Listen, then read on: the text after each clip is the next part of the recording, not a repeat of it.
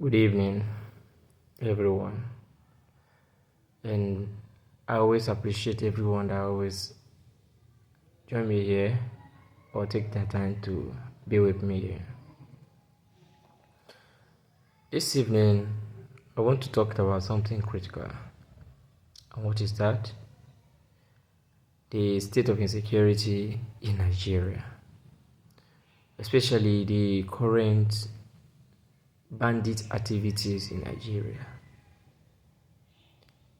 The herdsmen militias have ready to grab our lands, destroy the lives and properties of our people, and you can see that daily life is being taken in our communities every day.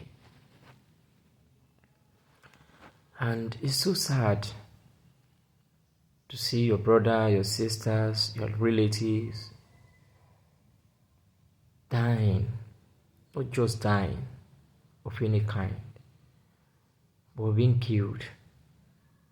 Some in the presence of their children, some in the presence of their mother losing their child losing their mother, wife losing their husband losing their wives, their children, all together. The question is, why? Why? What can the government do to rescue the soul of a dying one?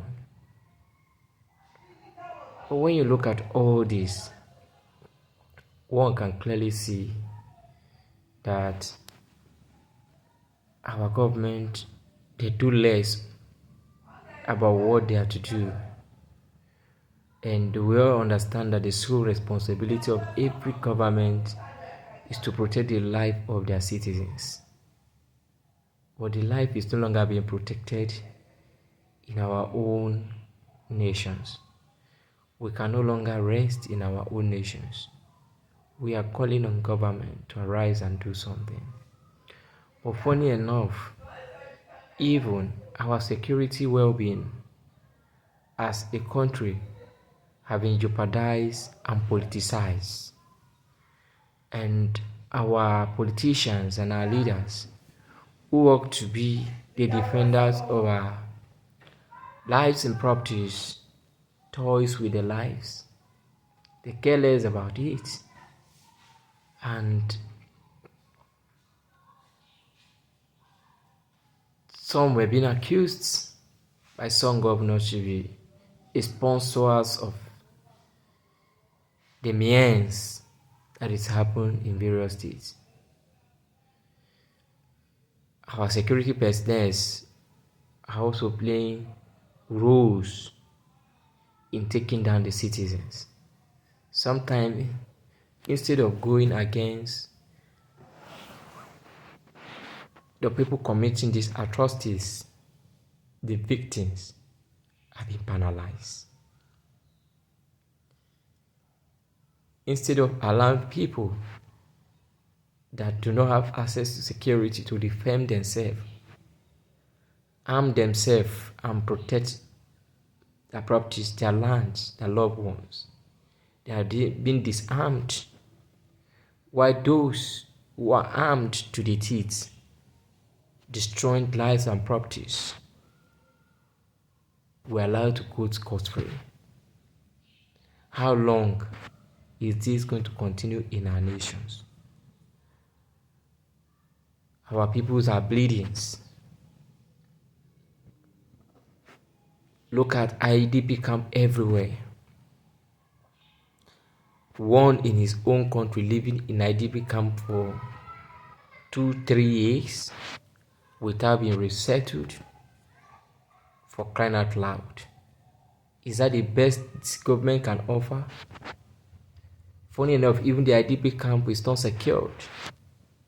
Medically, it's not secure. In terms of food and facility, it's not secure. Children don't have access to education. And our government do less. All they tell us is on media, and on the media they'll tell us or they are just condemning, verbal condemnations. But our senators, even in the House of Parliament, our House of Representatives, never raise a vital point that call for emergency even in the house. They barely visit their homes where people are being murdered every day. Let's be realistic to ourselves. Who are you leading? They surround themselves with security apparatus, security that could have been used to safeguard villages, is safeguarding one man. One man. Only one man going out with 20, 30 policemen. Why some communities don't even have access to police? Man. Only one man going out with not good numbers of armies. And sometimes Nigerian army find it difficult to have good number to deploy to people in needs. Not to talk about other security bodies. Let's be realistic. What is leadership all about? It's not to save the life of your people. It's not to protect your people. You vying for position. You occupy the position and you forget the people you are to govern, that you are to rule, that you are to represent. That is bad. We are calling on government to take responsibility. We need justice. We can't watch our people die every day. If there is nothing to do for the common citizen of the country, provide security. Farmer cannot go to their farm. Trader cannot go to the market. You cannot use the road. Then what are we living in this country for?